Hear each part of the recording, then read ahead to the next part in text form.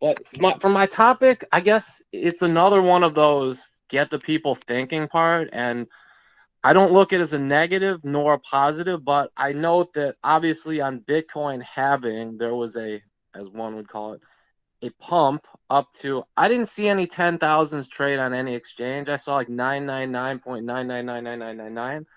But for argument's sake, it went to 10,000, then, came down to 8,500-ish. Jeremy, correct me when I'm wrong.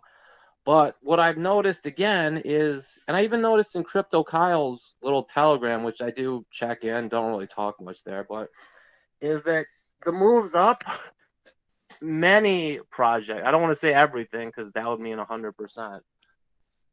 They're the projects, when I think I've said this before, but long and short of it, cryptocurrency or blockchain projects, they all have a use case. And I guess I'm not sure what people don't realize the use case is.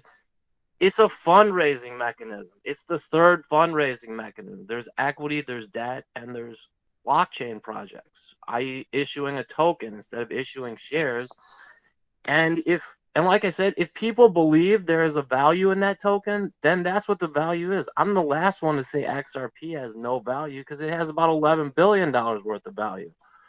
But it's not a security. It's not a commodity technically. It's a token which you can use, that is used on their blockchain for whatever they purpose it with. And that So Steve, I think we need to caveat that though, right? Because there is the emergence of some really cool things that aren't just fundraising. Oh, actually, I take that back. They're not kind of shrouding the fact that they are a fundraising mechanism. It's, security tokens, right? Which are, asset-backed securities based on the company's assets and actual equity in the organization, right? There's, tokenization of other types of assets that are backed by the actual real estate, right? And you're talking about things that are, asset-backed tokens backed by gold and a specific gold reserve. So there's a lot of cool things that are coming forth, but I think a statement that can be made 100% that I agree with is, the fact that almost all of them that exist on the market today, 99.9% of them, 100% agree. It's just a fundraising token. That's it. And nobody can argue against that, really. And Jeremy, I don't, I'm there. It's, well, how can I jump in really quick? Yes. Steve, sorry, because this is going to muddy the waters a little bit, but there are also in-house utility tokens that have a use case that become digital assets, like the gold sword from Fortnite or whatever. It can only be in that ecosystem. Those also have real value use cases, and those are different than your STO mechanism. There is a lot of complexities to tokenomics, and it's not just the fundraising mechanism anymore. There's been a lot of layers that have evolved in the last year. I used to agree with what you just said about the utility cases and things like that are really cool. But the only thing that I agree with as it relates to what Steve is saying, and something that's become very clear to me, is that all of those, right, are just shrouding the fact that it is to help them raise funding. And the reason why is because even if they have a really strong utility case and it works and it makes a heck of a lot of sense, like Binance, it's great. It reduces the trading fees, so it makes a heck of a lot of sense. But at the end of the day, their goal is to make that coin value increase, because then it creates funding for that company internally. So I think what Steve is saying, the end goal for all of these people with a token right now, whether it has a use case or not, is to increase the value of that coin, thus to incorporate more money so they don't have to be reliant on outside capital. So it is, in essence, fundraising. That's what you're saying.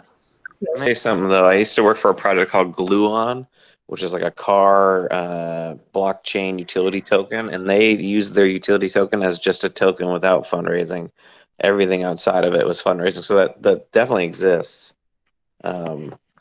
Yeah, but Karl, did they get listed on an exchange? No, and they never want to. It's just a utility. They have blockchain for their token to use to be able to exchange goods and services with, like. And therein lies what blockchain really. I'm so the opposite of what I was. Sorry, Like 3 years ago, I was like, oh my gosh, dude, I put $1,000 in Patcoin, it's millions of dollars. Like every coin, Bitcoin's going to zero and blah, blah, and this has, and it's like the more I've learned from people like basically you guys and others I've talked to is it's just how can I say it?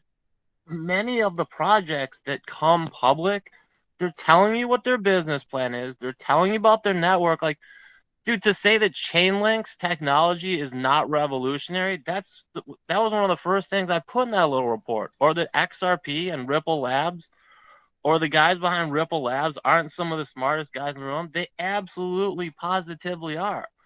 But all I'm saying is, I've noticed when tokens are issued, who's the biggest holder? The team, the investors, the team, blah, blah, blah.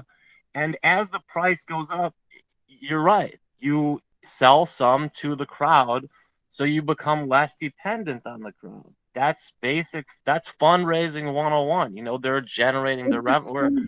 I'm not knocking any of these guys. I actually think the people that do this are extremely intelligent. I just think it's worth noting that I'll say this. Right now, one of the primary uses of many of the tokens and or coins issued since 2008 is fundraising. Here's why. Here's my belief. Is it wrong? No. Is it right? Yes. They're telling you what they're going to do. I'm in no way saying anything negative. I'm simply saying that is what it is. Like, it's not a bad, it's a good. Right. And originally you were kind of setting the premise of saying, when BTC goes up, these other coins go up, but you've said this a long time, they shouldn't be coupled with BTC. It's not like their technology gets inherently better. I think to blend something Jeremy's been saying for years now, the price of BTC is like the barometer of people's belief in cryptocurrency as a whole. So when the price goes up, it's like the other smaller ones become more valid in the global stage, and therefore their price should go up. So there's a balance there of the tokenomics. And this is why I'm so big on doing intake and understanding their use case and understanding their data stack, understanding their technology plan and their data strategy and their marketing strategy, because, to understand their use cases is to understand the real value of those tokens.